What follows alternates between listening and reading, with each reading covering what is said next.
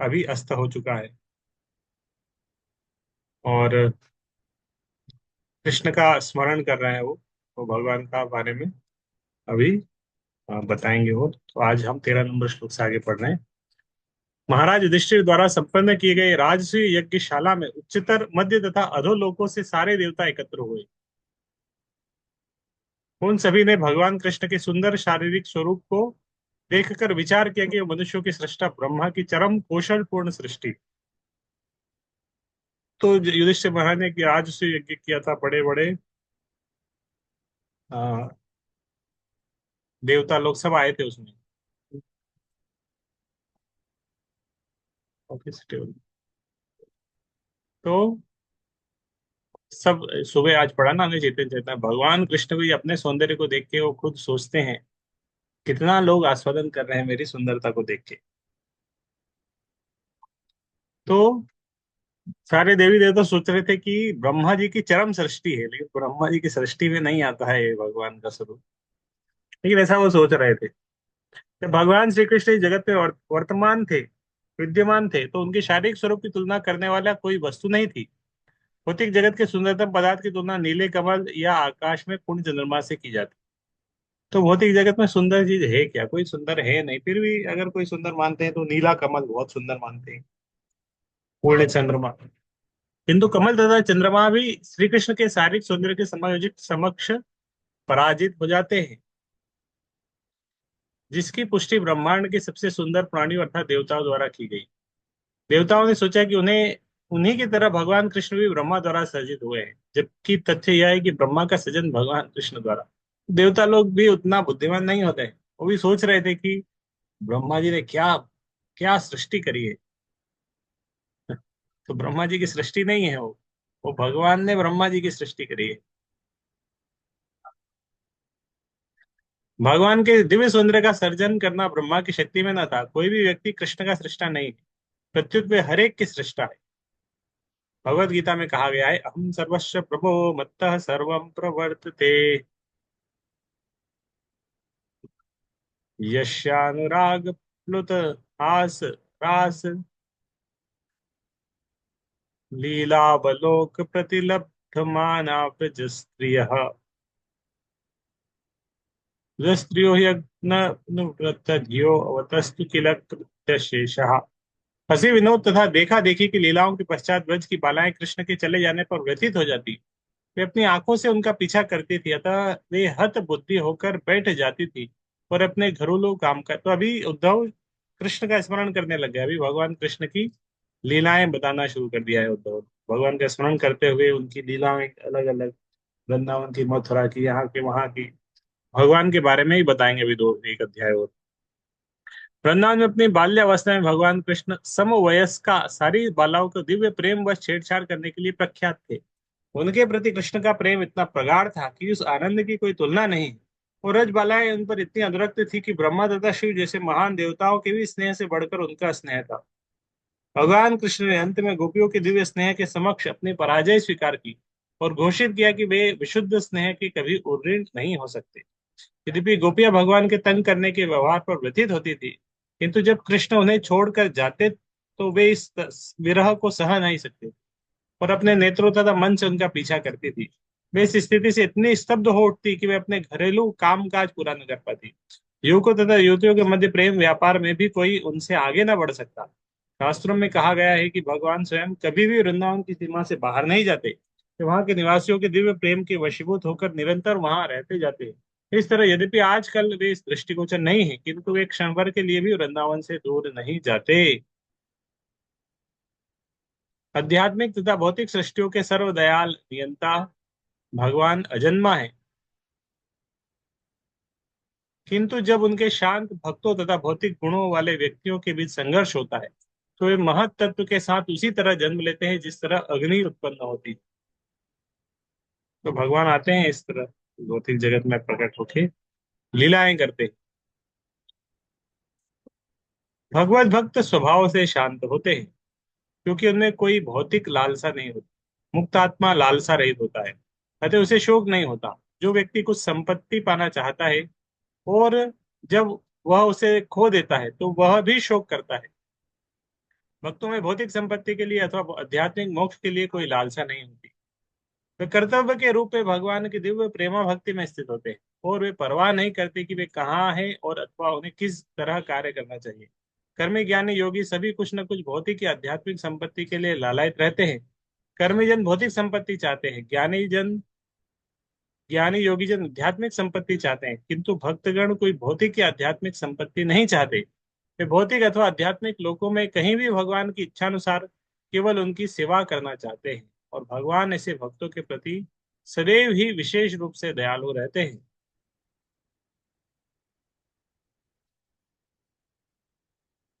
तो भगवान के भक्त ज्यादा कुछ कुछ नहीं चाहते। जो चाहता है वो व्यक्ति दुखी रहता है, क्योंकि चाहता है फिर कुछ मिलता नहीं है। तो चैतन्य चरितामृत में इस तरह एक श्लोक आएगा। भुक्ति मुक्ति सिद्धि कामी सकल अशांत, कृष्ण भक्त निष्काम अतएव शांत।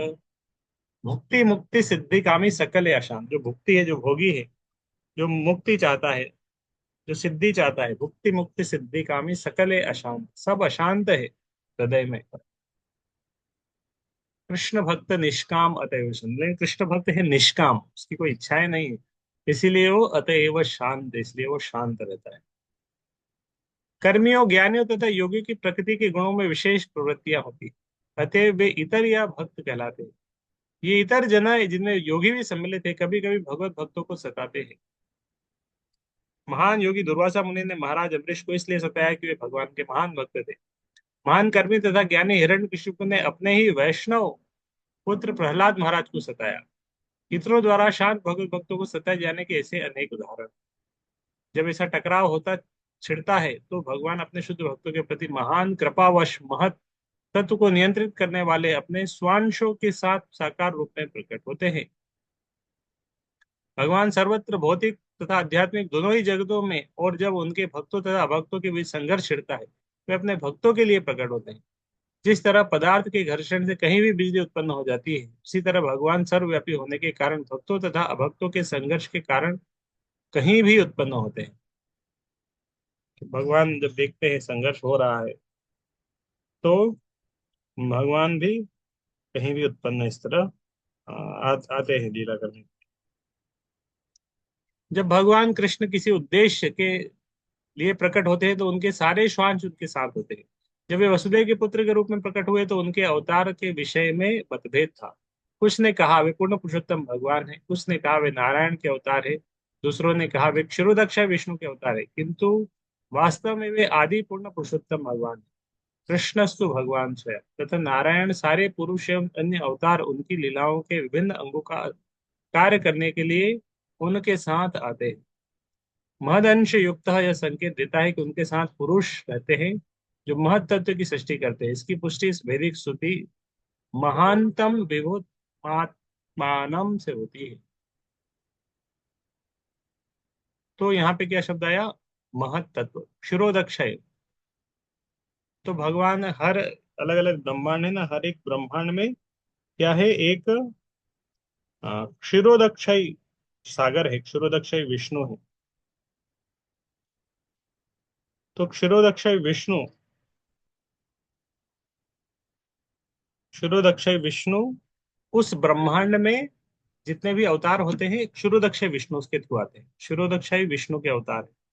किंतु वास्तव में तो जब इस ब्रह्मांड में अगर एक ब्रह्मांड में अलग अलग अवतार आते हैं, सब किसके माध्यम से आते हैं? नारायण के माध्यम से, क्षीरोदक्षय विष्णु।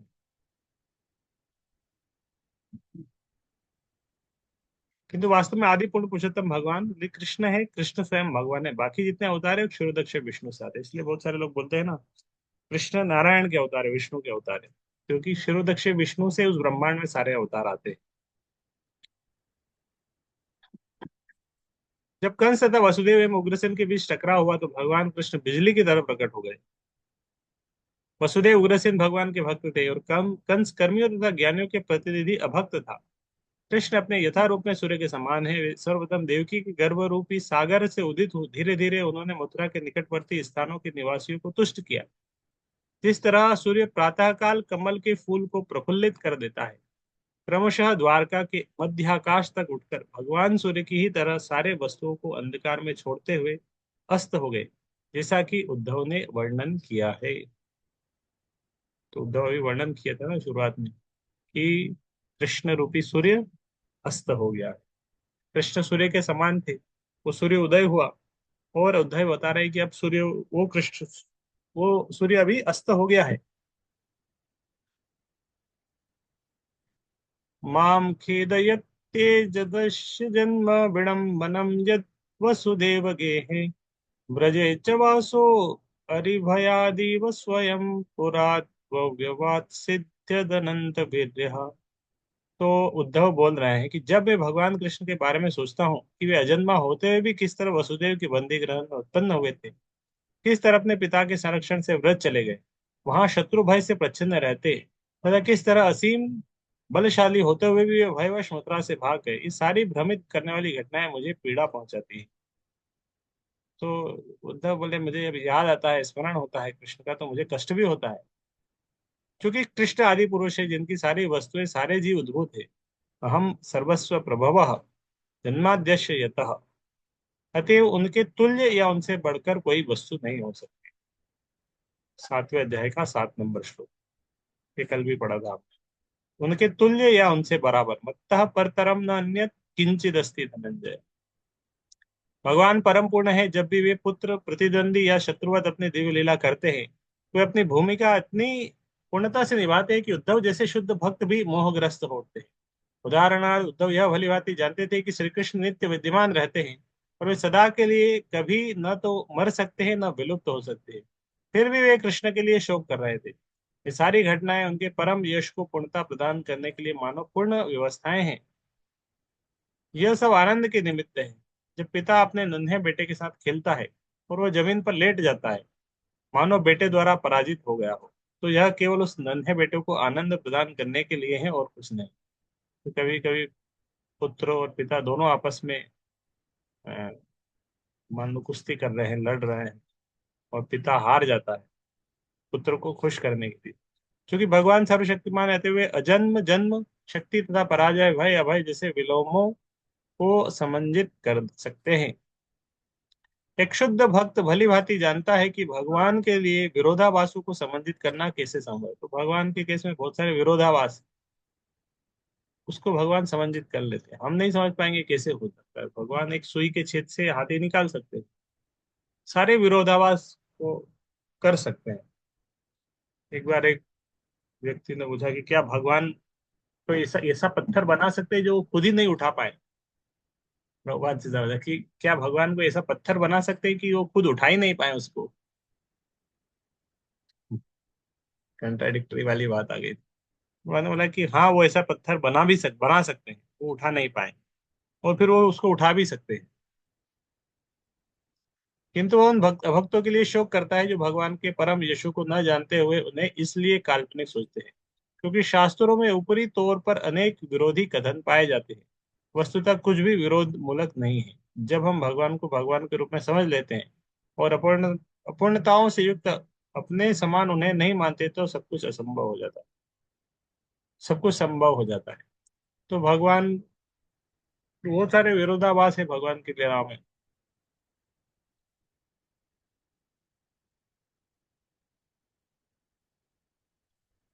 तो सारे विरोधाभास जब भगवान के लिए संभव, हम अपने आप को हम सोचेंगे कि कैसे कोई व्यक्ति एक हाथ पे गोवर्धन पर्वत उठा सकता है।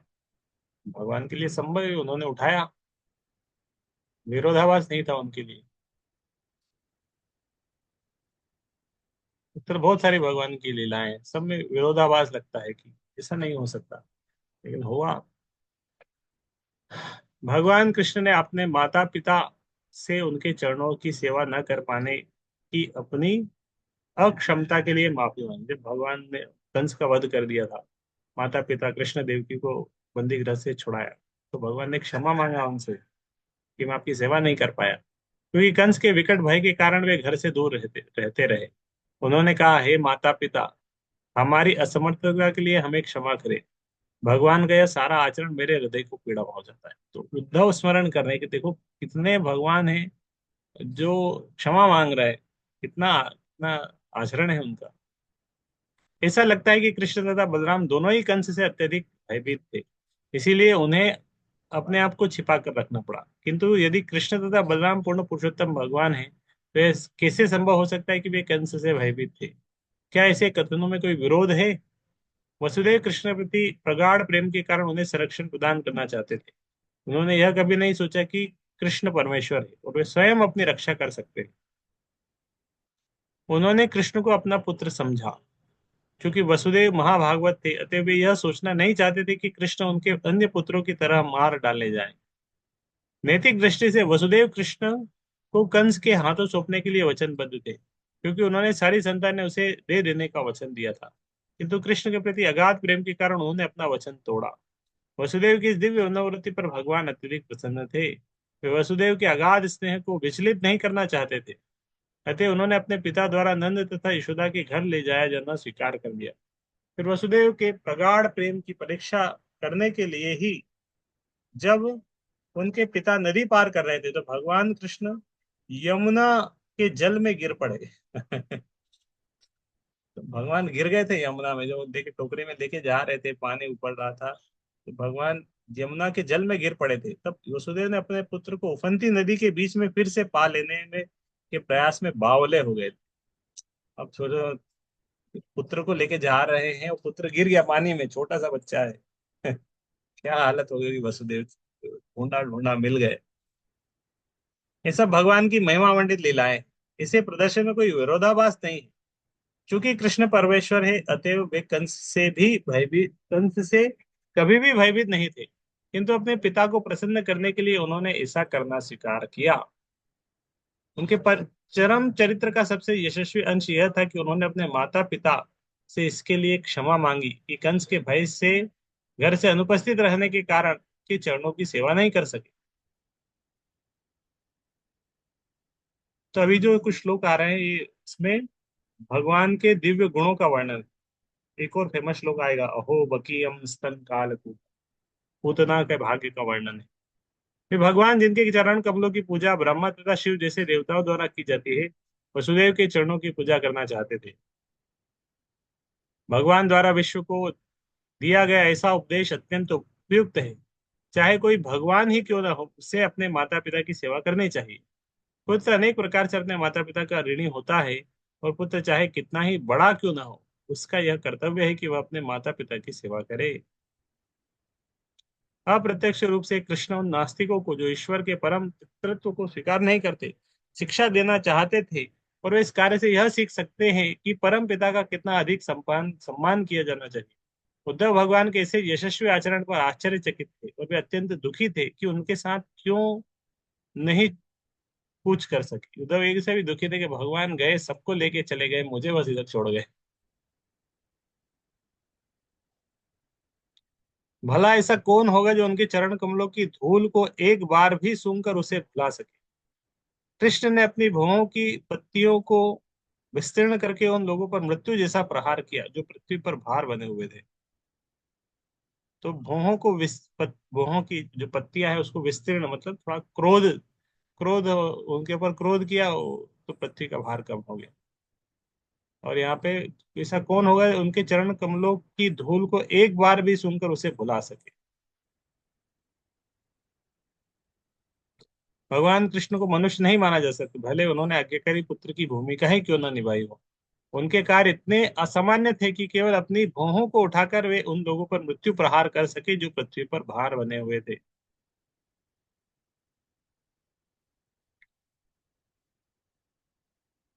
तो आप स्वयं देख चुके हैं कि चेदी के राजा शिशुपाल किस तरह योगाभ्यास में सफलता प्राप्त की, यदि भी वह भगवान कृष्ण से ईर्ष्या करता था।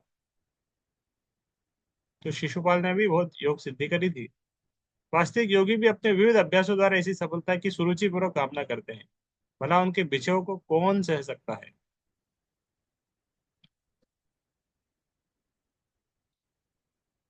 यहाँ पे ऊपर एक शब्द आया था, किस तरह भला ऐसा कौन होगा उनके चरण कमलों की धूल को एक बार सूंघ करके भुला सके। तो इतना इतना टेस्ट है भगवान के चरण कमलों की सुगंध में। एक बार अगर किसी को सुगंध लगी तो फिर वो भूल नहीं पाएगा। मान लो कहीं कहीं बहुत सारी दुकानें होती, स्पेशल आइटम बनते हैं, अगर कोई व्यक्ति एक बार उनका उसके उस दुकान का कोई आइटम खा ले, मान लो फेमस है कोई दुकान गुलाब जामुन के लिए फेमस है, तो उस दुकान से अगर गुलाब जामुन खा लिया तो व्यक्ति उस स्वाद को भुला नहीं पाएगा, अपने आप अगली बार वो बोलेगा चलो चलो उधर जाना है, गुलाब जामुन खाना है। आकर्षित आकर्षण करेगा, इस स्पेशल टेस्ट है रहता है कभी कभी, लोग आकर्षित कर लेते हैं, बहुत सारे कस्टमर हो जाते हैं उनके, छोड़ नहीं पाते कस्टमर, क्योंकि उतना वो प्रेम दे रहे हैं, इतना टेस्ट दे रहे हैं, इतना क्वालिटी कंटेंट दे रहे हैं कि लोग अपने आप आकर्षित होकर, तो सारी क्वालिटी के गुण भगवान कृष्ण है। तो भगवान के इस तरह सौंदर्य में भी कोई एक बार देखता था वो देखते रह जाता था। चरण कमलों की धूल एक बार सूंघता रह जाता था। भगवान कृष्ण की अहेतु की कृपा का प्राकट्य महाराज युधिष्ठिर की विराट सभा में हुआ। वे अपने शत्रु चेदी के राजा पर भी कृपालु थे, जो सदैव भगवान का ईर्ष्यालु प्रतिद्वंदी बनने का प्रयास करता रहा। क्योंकि भगवान का प्रामाणिक प्रतिद्वंदी बनना संभव नहीं है, अतः चेदी का राजा भगवान कृष्ण का अत्यधिक द्रोही था। इस बात में वह अन्य असुरों तथा कंस तथा जरासंध की ही तरह था।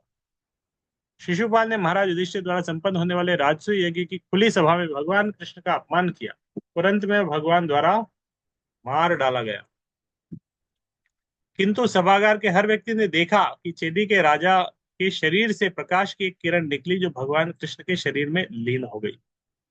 कौन सी मुक्ति है, हमने देखा था ना, चेतन चेतन में पढ़ा था, 5 प्रकार की मुक्ति होती है। सारूप्य, सायुज्य, सामीप्य, सालोक्य, साष्टी, 5 प्रकार की मुक्ति होती ना। एक में सालोक्य, भगवान जिस लोक में रहते उसी लोक में रहने का मिलता है। सामीप्य, भगवान के समीप रहने का मौका मिलता है। सेक्रेटरी का जॉब है, मतलब समीप में रहना पड़ेगा, हमेशा पास में। सारूप्य, भगवान की तरह ही रूप, चतुर्भुज रूप, वैकुंठ में जितने भी वो हैं सब है सारूप्य। तो इसी तरह एक सायुज्य मुक्ति है। सायुज्य मुक्ति मतलब ब्रह्म लीन होना, ब्रह्म परमात्मा भगवान निराकारवादी, तो उस ब्रह्म प्रकाश में लीन होने की मुक्ति को बोलते हैं अ, सायुज्य मुक्ति। लेकिन भक्त लोग उस मुक्ति को नहीं चाहते हैं, सायुज्य मुक्ति को नहीं चाहते हैं।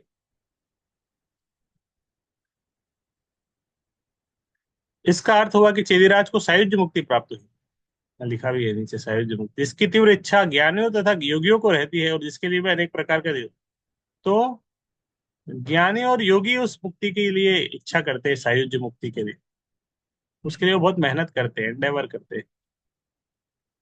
और मिलती कौन सी मुक्ति, सायुज्य मुक्ति मिलती है। और वो सायुज्य मुक्ति तो असुरों को बिना कुछ एंडेवर के मिल जाती। तो इसका अर्थ क्या हुआ, तो ज्ञानी योगी जो काम कर रहे हो असुरों की तरह ही है। यह तथ्य है कि जो लोग मानसिक चिंतन या योग शक्तियों के निजी प्रयासों द्वारा परब्रह्म को समझने का प्रयास कर रहे हैं, उन्हें वही लक्ष्य प्राप्त होता है जो उन लोगों को प्राप्त होता है जिनका वध स्वयं भगवान द्वारा किया। भगवान किसी का वध कर रहे हैं उसको भी मुक्ति होती है।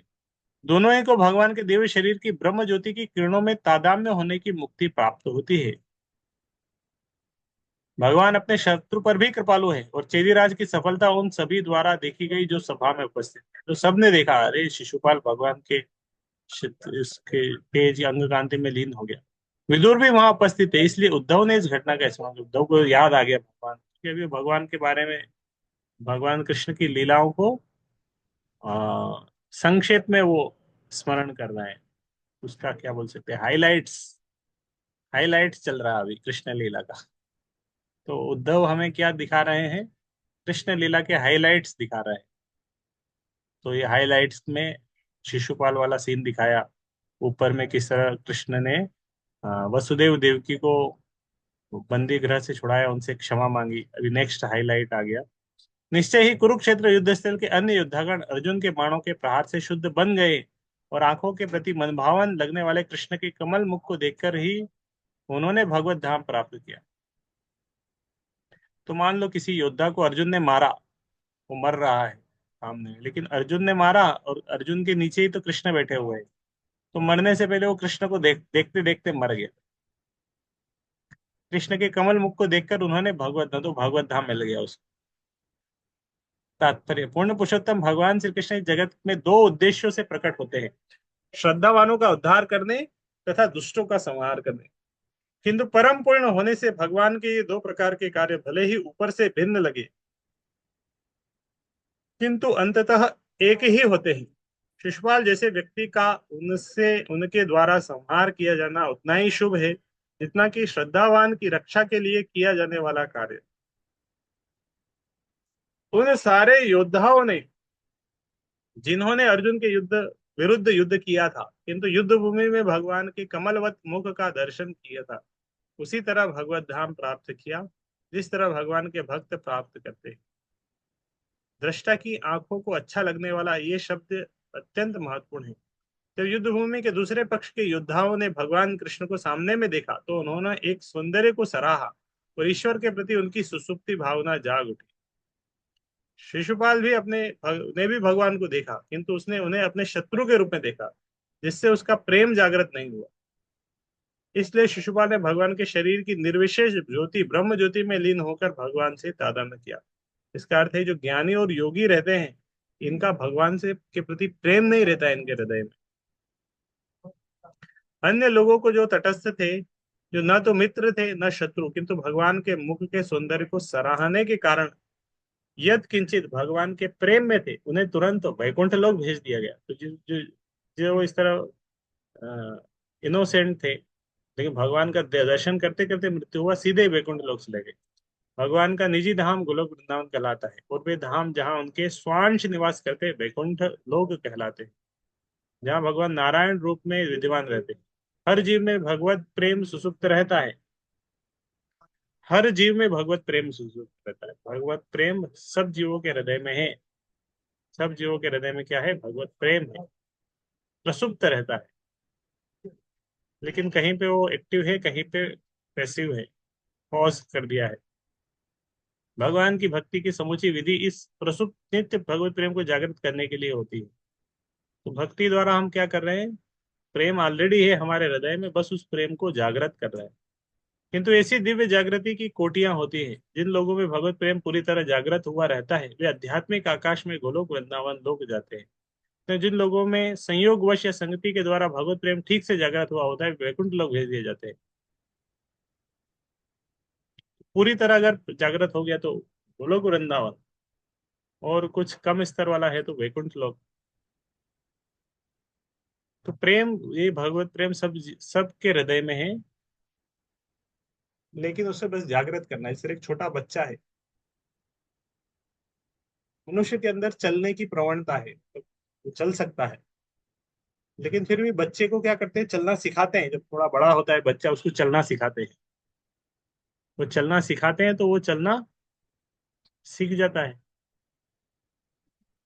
तो छोटे बच्चे को जब चलना सिखाते हैं, वो चलना सीख जाता है, क्योंकि उसके अंदर वो चलने की प्रवणता है। चलना सिखाएंगे तो चलना सीख जाएगा। अब उसको उड़ना नहीं सिखा सकते। एक छोटे बच्चे को चलो उड़ना सिखाते हैं तो उड़ने की प्रवणता है नहीं। एक पक्षी अपने बच्चे को उड़ना सिखाएगा तो वो उड़ना सीख जाएगा।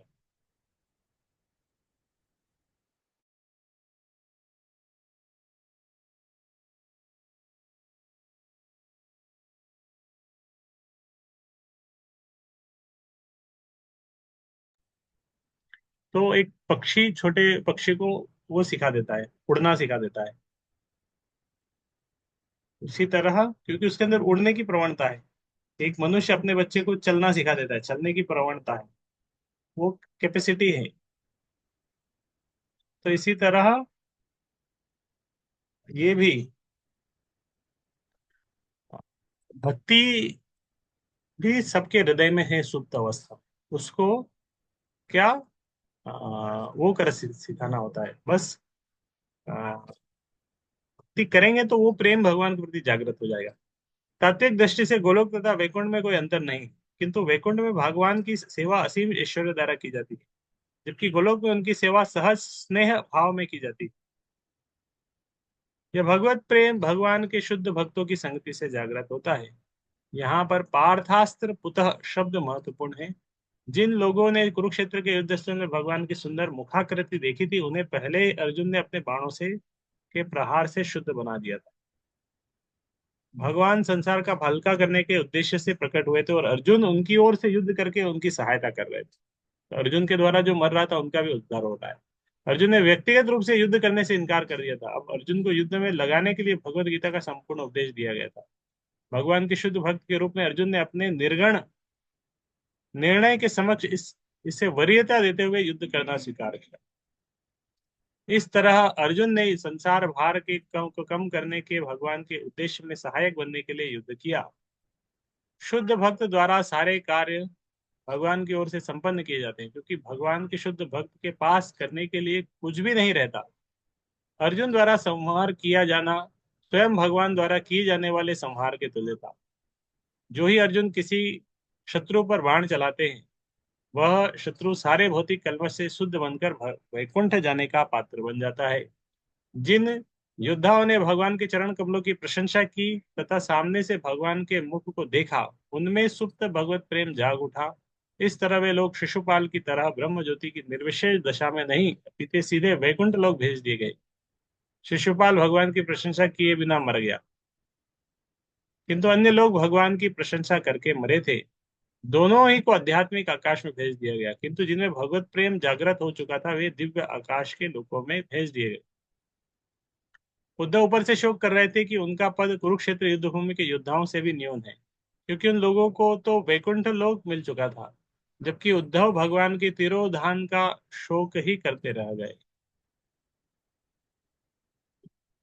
तो 21 नंबर श्लोक यहाँ से हम कल पढ़ेंगे। ये भी हाईलाइट से चल रहा है पूरा, ये वाला श्लोक है हाईलाइट का, ये कल पढ़ेंगे हम। इसमें पूतना के सौभाग्य को सराहा है, भगवान की करुणा कितनी है। अहो बकीयम स्तन कालकूटम जिघांसया पाययत्यसाधु लेभे गतिम धात्र्युचिताम तत्वन्यम कम वा दयालुम शरणम व्रजेम। ओ भला मैं उनसे अधिक दयालु किसी और की शरण कैसे ग्रहण करूं, जिन्होंने उस असुरनी पूतना को माता का पद प्रदान किया। यदि भी वह कृतज्ञ थी, उसने अपने स्तन से पिलाए जाने के लिए घातक विष तैयार किया। तो ये श्लोक कल पढ़े। तो 21 नंबर श्लोक से हम कल पढ़ेंगे। हरे कृष्णा।